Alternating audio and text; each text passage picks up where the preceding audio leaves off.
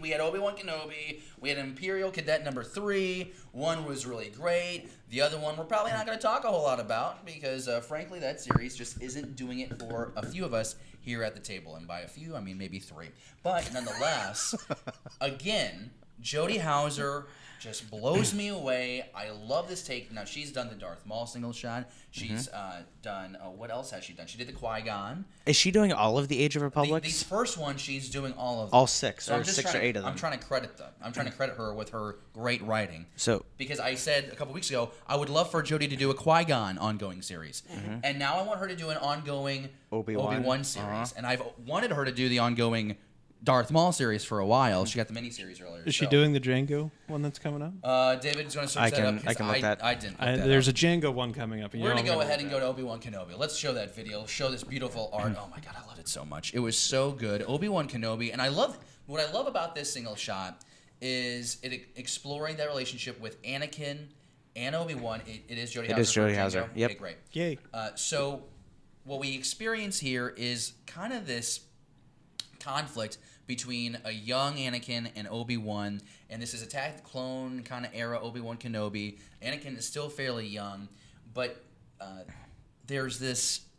You're very quickly seeing that Obi-Wan kind of like overprotecting Anakin, believing that he's not ready to do certain things. You know, that's kind of pushback is what we saw in Attack of the Clones a lot. You know, Obi-Wan really kind of put Anakin in his place quite a few times early on in Attack of the Clones, and we get that here. You know, there's a trip that Obi-Wan needs to go on. He's not going to take Anakin. Yoda's like, WTF, why aren't you not taking Anakin on this thing?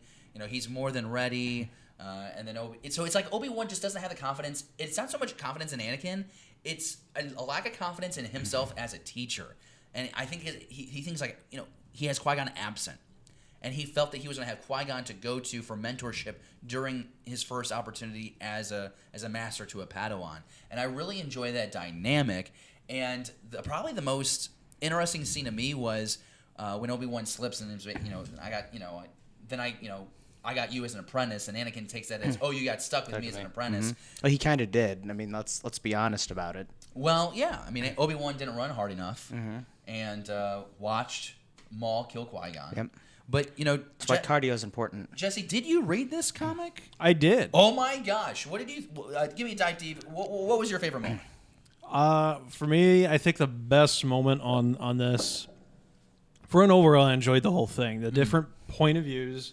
You know, you kind of have Anakin kind of thinking to himself. You have Obi-Wan, you know, thinking things. It was mainly obviously focused on Obi-Wan. What do you think about Anakin, though, thinking of himself as so far ahead of all the other younglings? I actually could understand that because, I mean, when he first, you know, Episode 1, it's too old to begin the training, and he's older than the other younglings and everything. So there is a maturity level, and the difference is, I mean, they even explore this a bit. Obi-Wan says, I didn't really have a childhood. I was born, discovered to be Force sensitive, and then I was sent to the Jedi Order. You know, like Anakin, you know, was born and lived in slavery for a number of years, so he's seen kind of a lot harsh reality and everything, and that will impact an individual's maturity level and how they think, how they view things. You know, even Obi-Wan says he is learning faster than the other kids.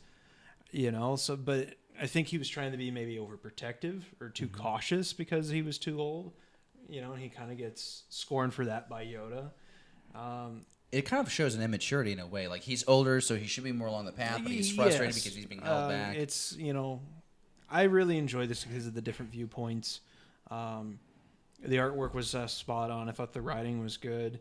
Anakin was only slightly annoying and everything compared, you know. I didn't find him annoying at all. Oh, I did.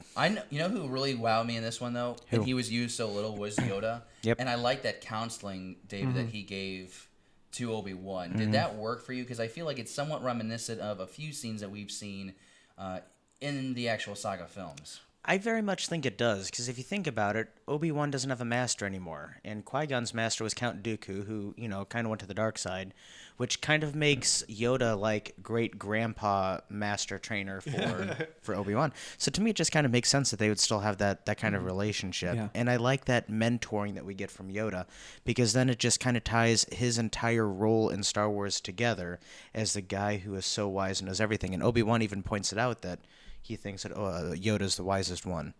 I like the sweet couple of panels we get when the pirates show up. So this journey that Obi-Wan has to go on to is seeing if there's really this Jedi holocron that's floating out there.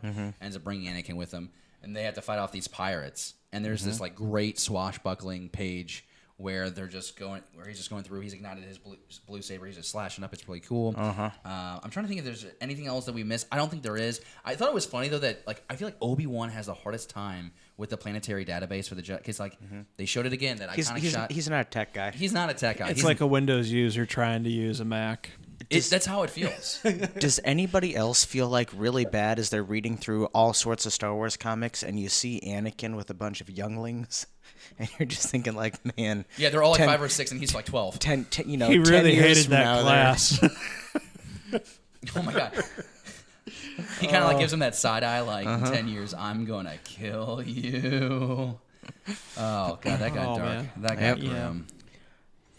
All right, moving on. Next comic we have this week is Imperial Cadet 3. This is the Han Solo miniseries, and I'm just struggling with it because there's some times where a book has like a lot of text and a lot of story. I'm like, okay, yeah, this will be great. But then there's some times where I'm like, wow, there's just way too much, and it's moving so slow, and it feels like we're really trying to stretch this out, David. You didn't like the potatoes that he had to peel that ended up being like sentient and tried to kill him? No, didn't really quite care for that. See, my favorite part of this was the end when I knew I could stop reading it.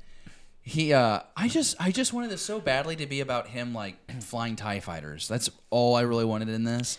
And it's really just showing how he continually gets beaten down, which I guess makes sense because it's like, how do you get to that point where he is in A New Hope where he's just shooting Greedo first? You know, like how do you get to that point? You got to probably be beaten down and victimized, and you've probably been in some really tough situations that you've had to get yourself out of. But I don't know. It's just not working for me. If you're reading this comic right now, comment down below and let us know what you think about it, because we're trying to find folks that dig it. We're not finding many folks that dig it. I didn't dig it. Jesse, you didn't dig it. I'm just proud of you for reading the damn comic. Yeah, so Because a lot of times we show up on the show and it's like, hey man, did you read it? And he's like, nah, not this week, man. Not this week. yeah, so like my issue with it is and I actually had this issue with the Solo movie is I get that it's a young Han Solo. There is going to be kind of a difference in the maturity level of that individual, that growth kind of thing. You know, they're basing a lot of what we've, like, the backstory that we saw on Solo. You know, yes, he was in the Imperial Academy. You know, they're kind of sticking to that old fan EU lore, which is nice. My issue is that they are trying too much to be funny. This is something that we saw in Episode 8, right off the beginning of the movie. This is something that they kept trying to do through Solo. And it actually kind of kills the vibe, the gritty feel that I feel was the intention George had for the movies. They need to tone the humor down. It's not that I'm not wanting any sort of like a little one-liner or something like that. It just seems over the top. Killer space potatoes are dumb. This was bad writing at its best. To me, one of the issues in this issue is just the dramatic leaps that they take in pushing the plot forward. So Han's, of course, in trouble, which is why he's got to like clean stuff with his group and peel space potatoes. But somehow he knows that this freighter, this pleasure cruiser is going to be out in the middle of nowhere, and somehow he figures out how to get 5-day passes that expire in one day, and somehow, you know, how did he put this all together? Because that's not Han's MO. He's not the strategic thinker. He's the fly by the seat of his pants, how do I get out of this thing next? And for the resolution of that to be just so he can figure out if Kira is still alive, not a fan. Could have been done better. How- Could have been written better. Do we know how long this run's supposed to be? I think it's 2 more issues. it should, More? it should and stop then now. we don't have to talk about it anymore. I mean, I don't want to be. So what I don't want to do is trash talk it too much because like there's creatives out there who pour their passion into this, and like I appreciate that so much. Is this- the story just doesn't work for me, and it doesn't sound like it works for us. Is this like Star Wars Adventures where it's geared towards kids? No, this is like a main Marvel line. The kid focused comics are usually just the IDW ones. Okay. The Star Wars Adventures, the Vader's Castle miniseries. There was something about the. What is it? Here's my question, because this is, I think, a fair test. This is a fair tool to test if a comic really works or not in the Star Wars new canon. Is it better or worse than Screaming Citadel? Is this better or worse than Mummy or Zombie Gungans and Ithorians? Is it better or worse than that? See, I don't think you're willing to say it's worse than that. So I think it's an okay Killer comic. space potatoes. I know, but you also had freaking space whales in the Rebels, and you had that one robot that Stephen Stanton voiced singing in space. Space animals make perfect sense because we saw it at Empire Strikes Back. Oh my gosh. There are 2 more left, February 13th and March 13th. All right, well there you have it, 5 issues. Remind me not to read those. Oh my gosh, you're gonna read it. I mean, I hope you read it. I I'll probably read it. will for the Show sake of the show. But If you're reading the comic, let us know what you think down in the comments below, or if you're in the live chat, let us know what you're thinking about this series, if you will pick it up or not. David, do we have an update from the live chat?